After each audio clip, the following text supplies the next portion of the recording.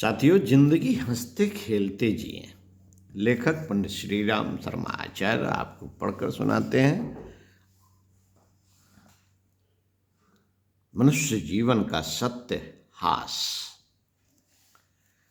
प्रसन्नता मनुष्य के सौभाग्य का चिन्ह है। जो व्यक्ति हर समय प्रसन्न चित्त रहता है उसके पास लक्ष्मी का निवास रहता है। जिनकी मुस्कान चली जाती है, प्रसन्नता तिरोहित हो जाती है, उससे लक्ष्मी रूठ जाती है। श्री लक्ष्मी का बहुत प्रिय नाम है। हंसने से, प्रसन्न रहने से मनुष्य के मुख पर एक श्री, एक कांति, एक तेज विराजमान रहता है जो संसार के समस्त श्रेयों को खींच कर ले आता है। प्रसन्न चेतता व्यक्ति को देखकर लोग प्रसन्न होते हैं।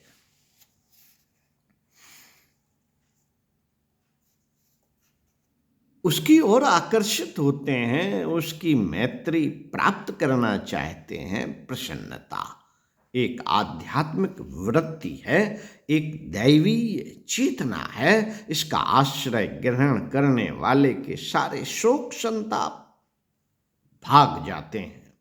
प्रमुदित मन और प्रसन्न चित्त व्यक्ति के पास बैठकर लोग अपना दुख दर्द भूल जाते हैं। सुख और संतोष का अनुभव करते हैं। मुदितात्मा व्यक्ति देवदूत होता है। संसार का कलुष दूर करने वाला होता है। मनुष्य को जब भी हंसने का अवसर मिले खूब हंसना चाहिए। जो हंसना नहीं जानता वह जीना नहीं जानता। हंसी, मुस्कान और प्रसन्नता यौवन की आधारशिला है। जो हंस सकता है, मुस्कुरा सकता है, प्रसन्न हो सकता है, वह 80 वर्ष की अवस्था में भी नौजवान है।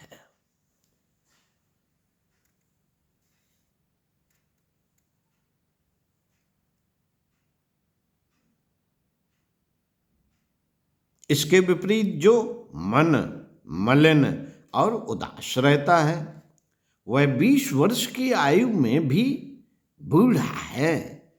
यौवन का गुण है आकर्षण। यौवन का गुण है आकर्षण। हंसने वाले की ओर सारा संसार आकर्षित हो उठता है और रोने झीकने वालों से सबको विकर्षण रहता है। जो हर समय रोता झीकने वाले से सबको विकर्षण रहता है। जो हर समय रोता झीकता और विषाद करता रहता है वह जीवन के संजीवनी तत्व को नष्ट कर देता है। और जो हर समय प्रसन्न और प्रमुदित रहता है वह अमृत को ग्रहण करता है। आप हंसेंगे तो संसार आपका साथ देगा। आप रोएंगे तो आप अकेले रह जाएंगे। कोई आपके पास बैठना न चाहेगा। हास्य में जीवन और रुदन में मृत्यु की छाया रहती है।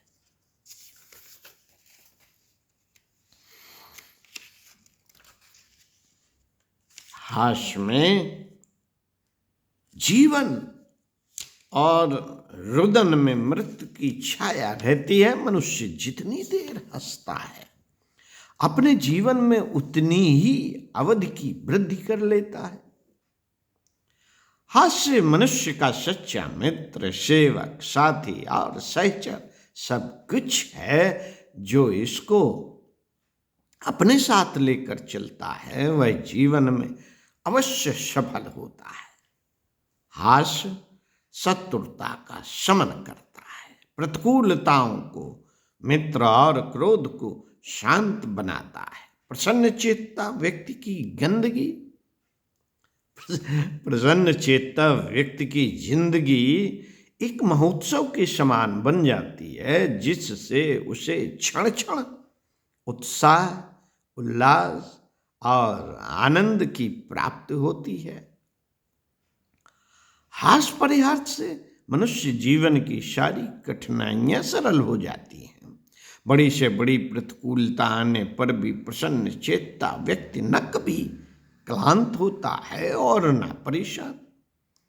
उसकी बुद्धि हर समय ठीक ठीक काम करती रहती है, जिससे वह पहाड़ जैसी कठिनाइयों को सुगमता से पार कर जाता है। संसार के किसी भी महापुरुष का जीवन देख लिया जाए, उनके अन्य गुणों के साथ प्रसन्नता का गुण प्रधान रूप से जुड़ा हुआ मिलेगा। हर स्थिति एवं परिस्थिति में एक रस प्रसन्न रहना महापुरुषों की सफलता का सबसे बड़ा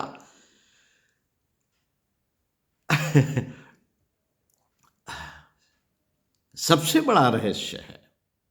रहस्य रहा है प्रसन्नता मनुष्यता की कार्य क्षमता को कई गुना बढ़ा देती है। प्रसन्न मन व्यक्ति 1 घंटे में जितना काम कर लेता है, खिन्न मन और व्यग्र मस्तिष्क वाला व्यक्ति उतना काम 1 दिन में भी नहीं कर सकता।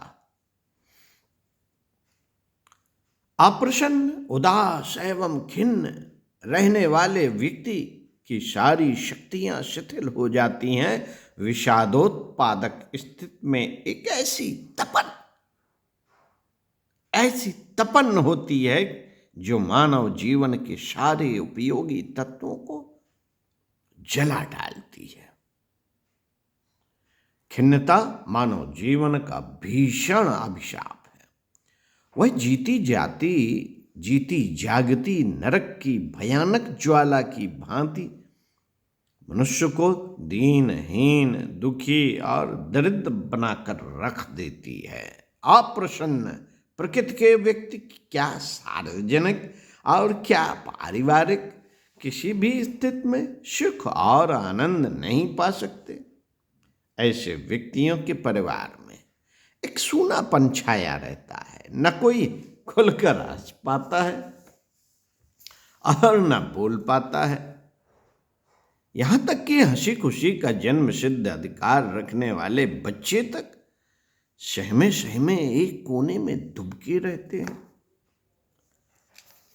मित्रों, अप्रसन्न प्रकृति का व्यक्ति भयानक रूप से ईर्ष्यालु होता है। वह स्वयं तो हंसीपूर्वक, खुशीपूर्वक नहीं रह पाता और दूसरों को भी हंसते नहीं देख सकता। मुक्त मन से खुलकर हंसने वाले को वह मन में कोसता और बुरा भला कहता रहता है।